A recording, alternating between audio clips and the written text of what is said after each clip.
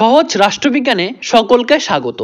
চলো দেখে নেই আজকের ভিডিওর কন্টেন্ট কি রয়েছে। প্রথমে আমরা আজকে পড়ব সার্বভৌমত্ব বা সার্বভৌমিকতা কাকে বলে বা এর সংজ্ঞা সম্পর্কে। আমরা জানবো সার্বভৌমিকতার বৈশিষ্ট্য সম্পর্কে। তারপর আমরা পড়ব সার্বভৌমত্বের নেচার অর্থাৎ ইন্টারনাল সভারেন্টি, এক্সটার্নাল সভারেন্টি এসব সম্পর্কে। এরপরে আমরা পড়ব একত্ববাদী সার্বভৌমিকতার মূল বিষয় অর্থাৎ মনিস্টিক সভারেন্টি সম্পর্কে। তারপরে আমরা পড়ব বহুত্ববাদী সার্বভৌমিকতার মূল বিষয় সম্পর্কে। এরপর আমরা জানবো সার্বভৌমিকতা বিভিন্ন প্রকার সম্পর্কে, যেমন লিগাল সভারেন্টি অর্থাৎ আইনগত সার্বভৌমিকতা, রাজনৈতিক সার্বভৌমিকতা, জনপ্রিয় সার্বভৌমিকতা, de jure and de facto sovereignty ইত্যাদি সম্পর্কে। চলো শুরু করা যাক। সার্বভৌমত্বই হলো রাষ্ট্রের সর্বাধিক গুরুত্বপূর্ণ বৈশিষ্ট্য। সার্বভৌমত্ব বা সভারেন্টি শব্দটি গৃহীত হয়েছে ল্যাটিন শব্দ সুপারেনাস থেকে। এর অর্থ হলো সর্বোচ্চ বা সর্বশ্রেষ্ঠ বা সুপ্রিম। এদিক থেকে সার্বভৌমত্ব হলো রাষ্ট্রের চূড়ান্ত ও সর্বশ্রেষ্ঠ ক্ষমতা। তো এবার দেখে নেই সার্বভৌমত্ব কাকে বলে বা এর বিভিন্ন সংজ্ঞা সম্পর্কে। ফরাসি রাষ্ট্র দার্শনিক জাবোদা বলেছেন, সার্বভৌম ক্ষমতা হলো নাগরিক এবং প্রজা সাধারণের ওপর রাষ্ট্রের সর্বোচ্চ ক্ষমতা, যেটি এমনকি আইনের দ্বারাও সীমাবদ্ধ নয়। অর্থাৎ নাগরিক এবং প্রজাদের ওপর রাষ্ট্রের এটি সর্বোচ্চ ক্ষমতা এবং এই ক্ষমতা ঐশ্বরিক আইন, স্বাভাবিক আইন এবং আন্তর্জাতিক আইন বাদে অন্য কোনো আইন দ্বারা সীমাবদ্ধ করা যায় না। দ্বিতীয় সংজ্ঞা কি? হুগো গটিয়াস কি বলছেন? হুগো গটিয়াস বলছেন, সার্বভৌমত্ব হলো চূড়ান্ত রাজনৈতিক ক্ষমতা। যার হাতে এই ক্ষমতা থাকে তার কার্যকলাপ অন্য কারো অধীন নয় এবং তার ইচ্ছা লঙ্ঘিত হওয়ারও নয়। অর্থাৎ গ্রোটিয়াস কি বলছেন? এই সার্বভৌম ক্ষমতাকে অন্য কোনো ব্যক্তি, কোনো গোষ্ঠী, কোনো সংগঠন নিয়ন্ত্রণ করতে পারে না। এই ক্ষমতা তার অধীন নয়, কোনো ব্যক্তি বা কোনো গোষ্ঠীর অধীন নয়, আর একে লঙ্ঘনও করা যায় না, একে মানতেই হবে। অর্থাৎ রাষ্ট্র যদি বলেন যে কেউ চুরি করার দায়ে 2 বছর সাজা পাবে, তাহলে তা মানতেই হবে। তাহলে আমরা দেখতে পেলাম যে সার্বভৌমত্ব হলো চূড়ান্ত রাজনৈতিক ক্ষমতা। যার হাতে এই ক্ষমতা থাকবে তার কার্যকলাপ অন্য কারো অধীন নয়, সে নিজেই মালিক এবং তার ইচ্ছা লঙ্ঘন করা যায় না। বার্জেস বলেন, সার্বভৌমত্ব হলো আনুগত্য অর্জনের ও আরোপের অবিভাজ্য চূড়ান্ত ক্ষমতা। অর্থাৎ সরকারকে বা শাসককে জনগণ মেনে চলবে বা জনগণকে মেনে চলতে বাধ্য করা হবে, তার চূড়ান্ত ক্ষমতাই হলো সার্বভৌমত্ব। অর্থাৎ যে ক্ষমতার বলে সরকার বা শাসক জনগণকে মেনে চলেন বা জনগণ সরকারকে মেনে চলতে বাধ্য হন, সেই ক্ষমতাই হলো সার্বভৌমিকতা বার্জেসের মতে। ব্ল্যাকস্টোন কি বলছেন? ব্ল্যাকস্টোন বলেন, সার্বভৌমত্বকে রাষ্ট্রের চূড়ান্ত, অদম্য, নিরঙ্কুশ, অনিয়ন্ত্রিত ক্ষমতা বলা হয়। এবার আমরা ওভারঅল দেখে নেই তাহলে সার্বভৌমিকতার কি বিষয়। সার্বভৌমত্ব হলো রাষ্ট্রের চূড়ান্ত, অবাধ, অসীম ও অপ্রতিহত ক্ষমতা। এই ক্ষমতার জন্যই কিন্তু রাষ্ট্র তার ভেতরে শেষ কথা বলে থাকেন। তাই রাষ্ট্রের মধ্যে থাকা সকল ব্যক্তি রাষ্ট্রের ওই ক্ষমতাটিকে মেনে চলতে বাধ্য থাকে, আর যদি কেউ না মানেন তাহলে তার উপর বল প্রয়োগ করা যাবে। এই চূড়ান্ত ক্ষমতাকে মেনে চলতে জনগণকে বাধ্য করার ব্যাপারে রাষ্ট্রের চরম ক্ষমতাই হলো সার্বভৌমত্ব। এবার আমরা পড়ব সার্বভৌমত্বের বৈশিষ্ট্য বা ক্যারেক্টারিস্টিক অফ সভারেন্টি সম্পর্কে। প্রথম বৈশিষ্ট্য, মৌলিক ও চরম ক্ষমতা। সার্বভৌমিকতা রাষ্ট্রের মৌলিক, অবাধ, অসীম ও চূড়ান্ত ক্ষমতা। এই ক্ষমতার ওপর অন্য কোনো ক্ষমতা থাকতে পারে না। রাষ্ট্রের ভেতরে কোনো ব্যক্তি বা প্রতিষ্ঠান রাষ্ট্রীয় আইন অমান্য করতে পারে না। আইন অমান্য করলে তাকে শাস্তি পেতে হয়। 2 নম্বর বৈশিষ্ট্য, সর্বজনীনতা। রাষ্ট্রের সার্বভৌমিকতা সর্বজনীন ও সর্বব্যাপক। সার্বভৌমিকতা রাষ্ট্রের অভ্যন্তরে সমস্ত ব্যক্তি ও প্রতিষ্ঠানের উপরে বর্তায় বা থাকে। 3 নম্বর বৈশিষ্ট্য, স্থায়িত্ব।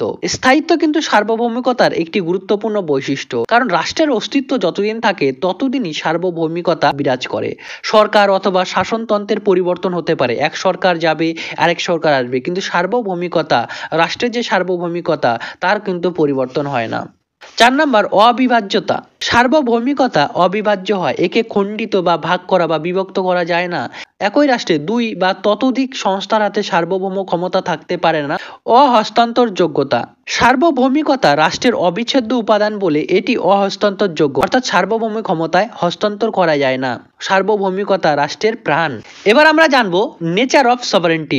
রাষ্ট্রীয় সার্বভৌমত্বের দুটি দিক রয়েছে, একটি হচ্ছে ইন্টারনাল সভারেন্টি বা অভ্যন্তরীণ সার্বভৌমত্ব এবং অন্যটি হচ্ছে বাহ্যিক সার্বভৌমত্ব বা এক্সটার্নাল সভারেন্টি। অভ্যন্তরীণ সার্বভৌমত্ব বলতে কি বোঝানো হয়? অভ্যন্তরীণ সার্বভৌমত্ব বা ইন্টারনাল সভারেন্টি হলো রাষ্ট্রের ভেতরে বা রাষ্ট্রের অভ্যন্তরে রাষ্ট্রের চূড়ান্ত ক্ষমতা। অর্থাৎ অভ্যন্তরীণ সার্বভৌমত্ব বলতে বোঝায় যে রাষ্ট্র তার এলাকার অধীন সকল ব্যক্তি ও সংস্থার উপর চূড়ান্ত ক্ষমতা ভোগ করবে। অর্থাৎ রাষ্ট্রের ভেতরে সকল ব্যক্তির ওপর সকল সংস্থার উপর রাষ্ট্রের চূড়ান্ত ক্ষমতা থাকবে। দ্বিতীয়টি হলো বাহ্যিক বা এক্সটার্নাল সভারেন্টি। এটি হলো অন্যান্য রাষ্ট্রের নিয়ন্ত্রণ থেকে কোনো রাষ্ট্রের মুক্তি। অর্থাৎ কোনো রাষ্ট্র যখন অন্যান্য রাষ্ট্রের নিয়ন্ত্রণ থেকে মুক্ত হয়ে আন্তর্জাতিক ক্ষেত্রে স্বাধীনভাবে সিদ্ধান্ত গ্রহণ করতে পারে, তখনই সেই রাষ্ট্রের বাহ্যিক সার্বভৌমত্ব সূচিত হয় বা বাহ্যিক স্বাধীনতা আছে বলে ধরা হয়। এক কথায় কোনো রাষ্ট্রের স্বাধীনভাবে বিদেশ নীতি গ্রহণের যে চূড়ান্ত ক্ষমতা, সেটাই কিন্তু বাহ্যিক সার্বভৌমত্ব। এবার আমরা পড়ব সার্বভৌমিকতা সম্পর্কে একত্ববাদী তত্ত্ব কি বলছে। মনিস্টিক থিওরি অফ সভারেন্টি। সার্বভৌমিকতা সম্পর্কে একত্ববাদী তত্ত্বের প্রধান প্রবক্তারা হলেন বোদা, হবস, বেন্থাম, অস্টিন প্রমুখেরা। ফরাসি রাষ্ট্রদার্শনিক বোদা তার 6 বুকস অন দ্য রিপাবলিক গ্রন্থে বলেছেন, সার্বভৌমিকতা হলো আইনের দ্বারা অনিয়ন্ত্রিত নাগরিক ও প্রজাদের ওপর রাষ্ট্রের চরম ক্ষমতা। ইংরেজ দার্শনিক হবস তার লেভিয়াথান বইতে বলেছেন, সার্বভৌমের ক্ষমতা চরম ও নিরঙ্কুশ। অর্থাৎ একে কোশ্চেন করা যায় না, এটি চরম এবং নিরঙ্কুশ। একটি ক্ষেত্রে একে কোশ্চেন করা যায়, যখন কোনো ব্যক্তির সেলফ প্রিজার্ভেশন থাকবে না, অর্থাৎ যখন রাষ্ট্র ব্যক্তির জীবন কেড়ে নিতে চায়, তখনই কিন্তু সার্বভৌমিকতা সম্পর্কে কোশ্চেন করা যায়, তাছাড়া নয়। বেন্থাম কি বলছেন? বেন্থাম এ ফ্রেগমেন্টস অন গভর্নমেন্ট 1776 সালের বইতে বলছেন, রাষ্ট্রের সার্বভৌমিকতা চরম ও অসীম। প্রাকৃতিক আইন বা মানুষের স্বাভাবিক অধিকার কোনো কিছু দ্বারাই সার্বভৌম শক্তি নিয়ন্ত্রিত নয়। এবার আমরা পড়ব ইংরেজ আইনবিদ জন অস্টিন সার্বভৌমিকতা সম্পর্কে কি বলছেন। জন অস্টিন তার লেকচার অন দ্য জুরিসপ্রুডেন্স বইতে সার্বভৌমিকতা নিয়ে বিস্তৃত বলছেন। আমি জন অস্টিনের সার্বভৌমিকতা আলাদা করে একটা ভিডিও বানিয়ে তোমাদের সামনে রাখবো, আজকে আর এনার ব্যাপারে আমি আলোচনা করছি না। ওভারঅল এবার আমরা একটু দেখে নেই একত্ববাদী সার্বভৌমিকতার মূল কথাটি কি। একত্ববাদী সার্বভৌমিকতার মূল কথাটি হলো বা মূল প্রতিপাদ্য বিষয় হলো রাষ্ট্রের সার্বভৌম ক্ষমতা সর্বোচ্চ এবং এর ওপরে আর কোনো ক্ষমতা নেই। রাষ্ট্রের অভ্যন্তরে প্রতিটি ব্যক্তি বা প্রতিষ্ঠান সার্বভৌমের আদেশ অতি অবশ্যই মেনে চলবে, অমান্য করলে শাস্তি পাবে। সার্বভৌম ক্ষমতা শুধু রাষ্ট্রের ক্ষমতা, অন্য কোনো প্রতিষ্ঠান এই ক্ষমতা ভোগ বা দাবি করতে পারে না। এবার আমরা পড়ব সার্বভৌমিকতা সম্পর্কে বহুত্ববাদী বা প্লুরালিস্টিক থিওরি অফ সভারেন্টি সম্পর্কে। এর মুখ্য প্রবক্তাগণ হলেন জার্মান আইনবিদ Gierke, GDH Cole, Laski, Barker, Lindsay, MP Follett প্রমুখ। বহুত্ববাদী তত্ত্ব অনুযায়ী সমাজ হলো মূলত যুক্তরাষ্ট্রীয় চরিত্র সম্পন্ন। রাষ্ট্র হলো এই যুক্তরাষ্ট্রীয় সমাজের কেন্দ্রীয় প্রতিষ্ঠান এবং অন্যান্য সামাজিক সংঘ সমিতি হলো এই সমাজেরই যুক্তরাষ্ট্রীয় একক। অর্থাৎ যুক্তরাষ্ট্রীয় বলতে বোঝানো হয় যেখানে কেন্দ্র থাকে এবং রাজ্য থাকে। কেন্দ্র যেমন আইন প্রণয়ন করতে পারে, তেমন রাজ্যগুলিও আইন প্রণয়ন করতে পারে। তাহলে রাষ্ট্র হলো এই যুক্তরাষ্ট্রীয় সমাজের সেই কেন্দ্রীয় প্রতিষ্ঠান এবং অন্যান্য সামাজিক সংঘ বা সমিতি এই সমাজেরই কিন্তু একক, এই যুক্তরাষ্ট্রেরই কিন্তু একক। তাই যুক্তরাষ্ট্রীয় নিয়ম অনুযায়ী কেন্দ্রীয় সংস্থা হলেও রাষ্ট্র একাই কিন্তু সার্বভৌম ক্ষমতা ভোগ করতে পারে না। যুক্তরাষ্ট্র একক হিসাবে অন্যান্য সংঘ বা সমিতিগুলিও কিন্তু এই সার্বভৌম ক্ষমতা ভোগ করে থাকে বা সেই ক্ষমতায় ভাগ বা অংশ নেয়। অর্থাৎ সার্বভৌম ক্ষমতা রাষ্ট্রের একার হাতে থাকে না। প্লুরালিস্টিক থিওরি কি বলে? সার্বভৌম ক্ষমতা একার হাতে থাকে না, শুধু রাষ্ট্রের হাতে থাকে না। রাষ্ট্র গুরুত্বপূর্ণ কিন্তু একমাত্র নয়। রাষ্ট্রের একার হাতে শুধু সার্বভৌম ক্ষমতা থাকবে না, রাষ্ট্রের পাশাপাশি বিভিন্ন সামাজিক সংঘ বা সমিতির হাতেও কিন্তু এই ক্ষমতা থাকে। এই বহুত্ববাদী তত্ত্বের মূল প্রতিপাদ্য বিষয়টি একবার দেখে নিই। অর্থাৎ এরা কি বলেন? রাষ্ট্রের সার্বভৌম ক্ষমতা কোনোভাবেই চরম, অসীম বা অবিভাজ্য নয়। রাষ্ট্র কোনো অদ্বিতীয় সংস্থা বা ইউনিক কোনো অর্গানাইজেশন নয়। গুরুত্বপূর্ণ সংস্থা কিন্তু একমাত্র সংস্থা নয়। সমাজ অভ্যন্তরস্থ বিভিন্ন সংঘ রাষ্ট্রের মতোই গুরুত্বপূর্ণ এবং সার্বভৌম ক্ষমতার অধিকারী। সমাজের মধ্যে অবস্থিত বিভিন্ন সংঘ অপেক্ষা রাষ্ট্র অধিক পরিমাণে জনগণের আনুগত্য দাবি করতে পারে না। সমাজ অভ্যন্তরস্থ বিভিন্ন সংঘ নিজ নিজ ক্ষেত্রে রাষ্ট্রের মতোই কার্যাবলী সম্পাদন করে থাকে। এটি হচ্ছে প্লুরালিস্টিক থিওরি অফ সভারেন্টির মূল কথা বা বহুত্ববাদী তত্ত্বের মূল কথা। এবার আমরা দেখে নেব সার্বভৌমত্বের প্রকারভেদ বা যে টাইপগুলো রয়েছে তার সম্পর্কে। সার্বভৌমত্বের বহু টাইপ রয়েছে, আমরা এক এক করে দেখব। প্রথমে আমরা দেখে নেই নাম সর্বস্ব বা নমিনাল সভারেন্টি সম্পর্কে। নাম সর্বস্ব সার্বভৌমত্ব, সেই ব্যক্তি হলেন রাষ্ট্রের নাম সর্বস্ব সার্বভৌম, যার নামে সার্বভৌম ক্ষমতা ভোগ করা হয় বা ব্যবহার করা হয়, কিন্তু এই ক্ষমতা বাস্তবে কিন্তু তিনি ভোগ করেন না, তার নামে অন্য কেউ ভোগ করেন। যেমন ভারতবর্ষের ক্ষেত্রে দেখতে গেলে প্রেসিডেন্টের নামে কিন্তু প্রধানমন্ত্রী ক্ষমতা ভোগ করে থাকে, তিনি কিন্তু নাম সর্বস্ব শাসক ভারতের, নমিনাল হেড ভারতের। তো ইংল্যান্ডের ক্ষেত্রে কি হবে? ইংল্যান্ডের ক্ষেত্রে বা ইংল্যান্ডের শাসন ব্যবস্থায় রাজা বা রানী হলেন নাম সর্বস্ব সার্বভৌম। এবার আমরা দেখে নেই রিয়াল সভারেন্টি কার কাছে থাকে। দ্বিতীয় প্রকার রিয়াল সভারেন্টি বা প্রকৃত সার্বভৌমত্ব, অর্থাৎ সেই ব্যক্তি হলেন রাষ্ট্রের প্রকৃত সার্বভৌম, যিনি বাস্তবে চূড়ান্ত ক্ষমতা ভোগ করার অধিকারী। ইংল্যান্ডের ক্ষেত্রে কি হবে? ইংল্যান্ডের ক্ষেত্রে পার্লামেন্ট, ভারতের ক্ষেত্রে পার্লামেন্ট বা প্রধানমন্ত্রী। এখন আমরা পড়ব ডি জুরি সভারেন্টি সম্পর্কে। আইন বা সংবিধান অনুসারে প্রতিষ্ঠিত চূড়ান্ত রাষ্ট্রীয় ক্ষমতাই হলো de jure sovereignty. Hobbes, Holland, Bodin, Austin প্রমুখ চিন্তাবিদ ডি জুরি সভারেন্টির প্রবক্তা। এবার আমরা পড়ব ডি ফ্যাক্টো বা বাস্তব সার্বভৌমত্ব সম্পর্কে। রাষ্ট্রের অভ্যন্তরে যে ব্যক্তি বা ব্যক্তি সংস্থা ডি জুরি বা আইন অনুমোদিত সার্বভৌমের ঊর্ধ্বে উঠে বাস্তবে চূড়ান্ত ক্ষমতা ভোগ করেন এবং তার চূড়ান্ত ইচ্ছাকে প্রকাশ করে, এবং শুধু তাই নয়, সেই ইচ্ছাকে রাষ্ট্রের অন্তর্গত সকলের ওপর প্রয়োগ করেন বা বলবৎ করেন, সেই ব্যক্তি বা ব্যক্তি সংস্থাই তখন বাস্তব সার্বভৌম ক্ষমতার অধিকারী হয়ে ওঠেন এবং তাকেই বাস্তব সার্বভৌমত্ব বলা হয় বা ডি ফ্যাক্টো সভারেন্টি বলা হয়।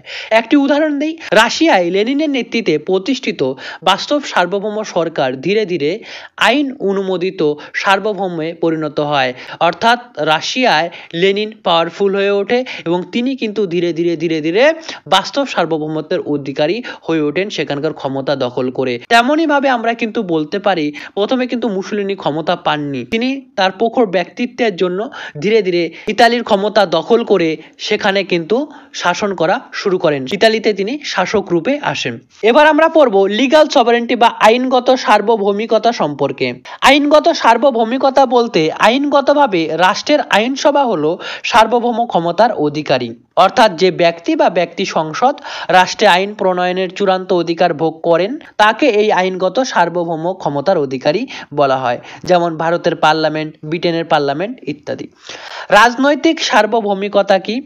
রাজনৈতিক সার্বভৌমত্ব হলো রাষ্ট্রের অভ্যন্তরে এমন একটি চূড়ান্ত ক্ষমতা যেটি আইনসঙ্গত সার্বভৌমত্বকে পরিচালনা করে এবং যেটির কাছে আইনসঙ্গত সার্বভৌমত্ব নথি স্বীকার করে। একটি উদাহরণ দিয়ে বিষয়টা আমি স্পষ্ট করি। ধরা যাক ইংল্যান্ডের পার্লামেন্ট নিজ খুশি মতো আইন প্রণয়ন করছে। আমরা ধরে নেই তারা একটি আইন পাশ করতে চায় যা হলো সমস্ত সদ্যজাত বা সদ্য জন্মানো শিশুকে হত্যা করার আইন। তাহলে ইংল্যান্ডে কিন্তু জনগণ এই আইনের বিরুদ্ধে, এই স্বৈরাচারী আইন প্রণয়নের বিরুদ্ধে যাবে, তারা পার্লামেন্টকে বাধা দেবে। জনগণই পার্লামেন্টের প্রতিনিধি নির্বাচন করে, তাই পার্লামেন্টও কিন্তু জনমতকে উপেক্ষা করতে পারবে না, জনগণের বাধা উপেক্ষা করতে পারবে না, জনগণকে অমান্য করতে পারবে না, তখন পার্লামেন্ট জনগণের কথা মেনে নিতে বাধ্য হবে। তাহলে আমরা দেখতে পাচ্ছি রাষ্ট্রের অভ্যন্তরে আইনের পেছনে জনগণের সমষ্টির নির্বাচক মণ্ডলী বা জনগণের মতামতের গভীর ভূমিকা থাকে। জনমত গঠনকারী উপাদান সমূহ প্রভৃতি হলো রাজনৈতিক সার্বভৌম। অর্থাৎ আইন তো পার্লামেন্ট বানান, প্রতিনিধিরা বানান, কিন্তু এই প্রতিনিধিদের পেছনে আসলে থাকে জনগণ, জনমত। এটি হচ্ছে রাজনৈতিক সার্বভৌমত্ব। এবার আমরা পড়ব পপুলার সভারেন্টি বা জনগণের সার্বভৌমত্ব সম্পর্কে। জনগণের সার্বভৌমিকতা বা সার্বভৌমত্ব বলতে বোঝায় জনগণই চূড়ান্ত ক্ষমতার অধিকারী, জনগণের চূড়ান্ত নিয়ন্ত্রণের ক্ষমতাকে বোঝানো হয়। অর্থাৎ জনগণের সম্মতির ভিত্তিতেই রাষ্ট্র প্রতিষ্ঠিত, তাদের ইচ্ছাই হলো রাষ্ট্রীয় আইন, রাষ্ট্রে তাদের ইচ্ছার ঊর্ধ্বে কোনো ইচ্ছা নেই, তাই তারাই হলো সার্বভৌম। অর্থাৎ এখানে কি বলা হয়? জনগণই হলো সার্বভৌম ক্ষমতার অধিকারী, এই ক্ষমতা অন্য কারো কাছে হস্তান্তর করা যায় না, এই ক্ষমতা অন্য কাউকে দেওয়া যায় না, জনসাধারণ নির্বাচিত প্রতিনিধিদের মাধ্যমে এই ক্ষমতা ভোগ করে থাকে। অর্থাৎ জনগণ যাকে ভোট দেন সে পার্লামেন্টে গিয়ে তার হয়ে আইন প্রণয়ন করেন, তাহলে ওই ব্যক্তি তো সেই জনগণের হয়ে কাজ করছেন, সে তো তার প্রতিনিধি। সরকারের বা শাসকের কাজ হলো জনগণের ইচ্ছা অনুযায়ী আইনকে প্রয়োগ করা বা বলবৎ করা। জনপ্রতিনিধি হিসাবে শাসক জনগণের ইচ্ছা অনুযায়ী শাসন কার্য পরিচালনা করবেন। কোনো সরকার নিজ দায়িত্ব পালন করতে ব্যর্থ হলে জনগণ তাকে অপসারিত করতে পারবে। এই অপসারণ বা বিদ্রোহ করার অধিকার জনগণের রয়েছে। তাহলে আমরা দেখতে পাচ্ছি জনগণ ভোটাধিকার প্রয়োগের দ্বারা প্রত্যক্ষভাবে এবং বিপ্লব বিদ্রোহের মাধ্যমে পরোক্ষভাবে সার্বভৌম ক্ষমতা ব্যবহার করে। আমরা বুঝে নিলাম জনগণের সার্বভৌমত্ব বা পপুলার সভারেন্টি সম্পর্কে। এবার দেখব এর গুরুত্বপূর্ণ তাত্ত্বিক কে কে রয়েছে। এর গুরুত্বপূর্ণ তাত্ত্বিক হলেন রুশো, জেফারসন, রিচি প্রমুখ ব্যক্তিগণ। এক্ষেত্রে রুশোর গুরুত্বপূর্ণ মন্তব্যটি একবার বলা দরকার। রুশো বলেছিলেন, voice of the people is the voice of god, অর্থাৎ জনগণের কণ্ঠস্বরই হলো ঈশ্বরের কণ্ঠস্বর। তাহলে আমরা পপুলার সভারেন্টি সম্বন্ধে পুরোপুরি জেনে গেলাম। আমরা সভারেন্টি বা সার্বভৌমিকতা সম্পর্কে অনেকটাই পড়ে ফেলেছি। তাকে বলে বৈশিষ্ট্য, প্রকার সমস্তটাই পড়ে ফেলেছি, কিন্তু বোদার সার্বভৌমিকতা তত্ত্ব, জন অস্টিনের সার্বভৌমিকতা তত্ত্ব, রুশোর সার্বভৌমিকতা তত্ত্ব, হবসের সার্বভৌমিকতা তত্ত্ব এসব আমরা পড়িনি। এসব নিয়ে আমার নোটস রয়েছে, তোমরা যদি সেই নোটস নিতে চাও, কিনতে চাও, তাহলে নিচের নাম্বারে তোমরা যোগাযোগ করতে পারো। একত্ববাদী সার্বভৌমিকতা, বহুত্ববাদী সার্বভৌমিকতার ব্যাপারেও নোট রয়েছে, তা যদি তোমরা নিতে চাও এই নাম্বারে যোগাযোগ করতে পারো। এগুলো নিয়ে আমি বিস্তারিত বলি আমার ক্লাসে, BA MA নেট সেট প্রভৃতির কোচিং আমি করাই। তোমরা এই নাম্বারে যোগাযোগ করে সেই ক্লাসগুলি করতে পারো। কম্পিউটার প্রিন্টিং নোটস তোমরা পেয়ে যাবে, তোমরা এর পাশাপাশি কোয়ালিটি পড়াশোনা পেয়ে যাবে। এই নাম্বারে তোমরা যোগাযোগ করতে পারো। ভিডিও ভালো লাগলে তোমরা অবশ্যই চ্যানেল শেয়ার করে আমার পাশে থাকতে পারো। ধন্যবাদ।